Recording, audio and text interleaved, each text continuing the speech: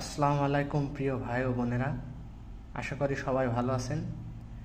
আমি আপনাদের সামনে আজকে একটা নতুন প্রোডাক্ট নিয়ে আসছি। আসলে এটা সকলেরই প্রয়োজন।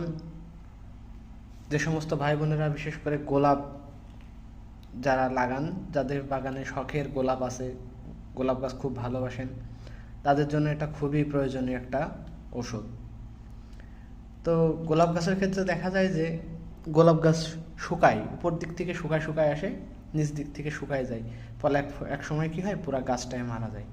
এটার জন্য আমরা অনেক ধরনের ওষুধ ব্যবহার করি।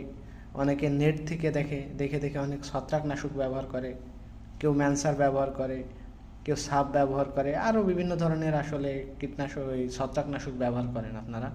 এগুলাতে কোনোই কাজ হয় না, শুধু শুধুই টাকা নষ্ট হয়। আপনারা যদি এই প্রোডাক্টটা ইউজ করেন, অবশ্যই আপনাদের কাজ হবে। আপনাদের